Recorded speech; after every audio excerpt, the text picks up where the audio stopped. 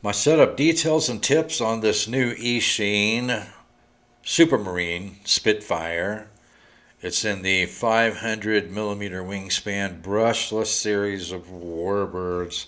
I've already had it out. I've got about 10 to 12 flights on it so far with 2S LiPo.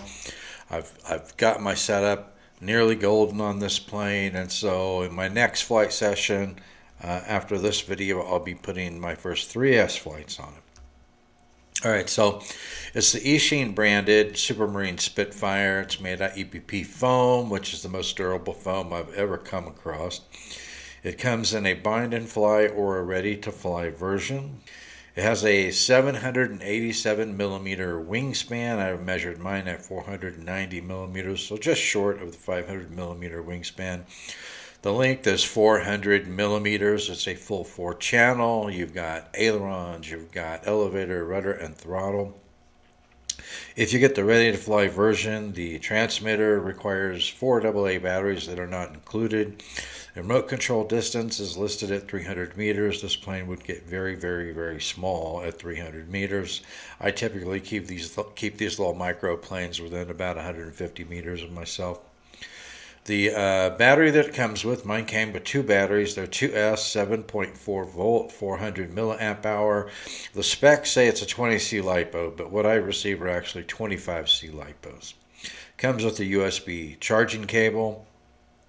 The flight time, I think, in the specs is listed as 10 minutes. If you're just cruising around with it, you're definitely going to get a 10-minute flight. I spend a lot of my time very, very hard in the throttle with very hard flying, doing aerobatics constantly, and I end up getting about 8 minutes of flight time with mixed mode flying, leaving 3.7 volts per cell. So it's a very efficient power system that they have on this plane. Just like with the P-51D Mustang and the F-4U Corsair, I will have links to all 3 of those planes and batteries in the show notes. Measurements. Okay, so my plane with the landing gear installed, because I've got to use the landing gear out where I fly. My guess is you'll be about 5 grams lighter without the landing gear. But with the landing gear, the plane weighs 114 grams. With the 2S LiPo, which weighs 22 grams, it gives me an all-up weight of 136 grams. The measurements on the 2S 400 milliamp hour 25C LiPo is 40 millimeters by 20 millimeters by 18 millimeters. The plane with the landing gear again is 114 grams. The 3S LiPo is 10 grams heavier than the 2S LiPo. All right, and it is a 3S 400 milliamp hour 25C LiPo, which has the dimensions of 42 millimeters by 20 millimeters by 23 millimeters, and it gives me an all-up weight of 146 grams with the 3S LiPo in it. All right, so the protocol that it uses is a V761 4-channel protocol. They have kept use of this protocol for a very long time now, all through their 400 millimeter wingspan brushed motor and gearbox warbird. So I'm really happy that they have kept this protocol going. So if you have a multi-protocol transmitter, you'll be able to bind up to it using the 761 protocol, 4-channel sub-protocol.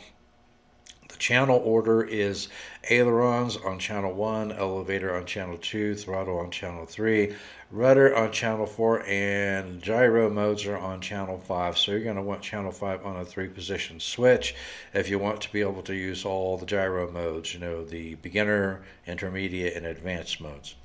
Channel 6, it states as calibration. Now I tried setting up a switch for calibration on channel 6, and I couldn't tell that it was actually doing anything.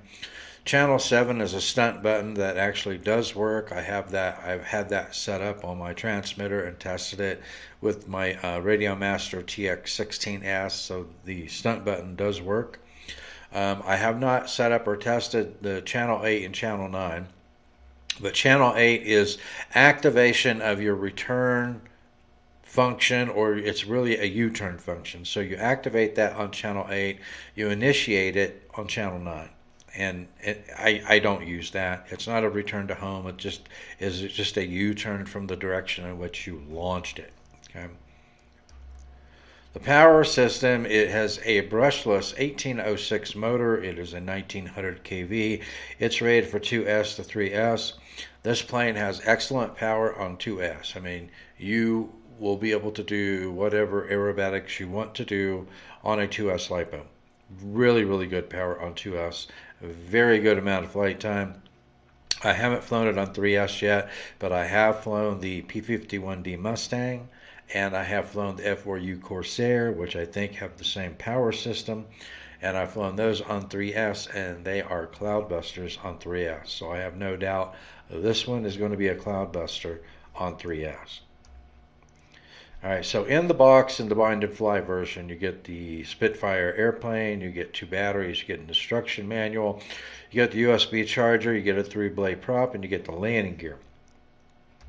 With the ready to fly version, you get the Spitfire airplane. You also get the transmitter, mode 2 transmitter. With the ready to fly version, you get 2 batteries, you get the instruction manual, the USB charger, the 3-blade prop, and the landing gear. So the only difference between the bind to fly and the ready to fly is you get the transmitter with the ready to fly. Now, in mine, I had the 2 battery version, ready to fly version, but I also received a spare 3-blade prop and also a spare motor shaft adapter. So I'm assuming that all of them will have that in there.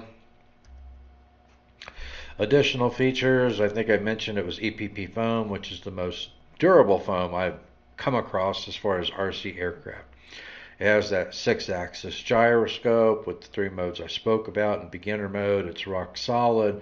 It will do, it does auto leveling. It restricts your bank and your pitch axis, but it doesn't restrict your yaw axis.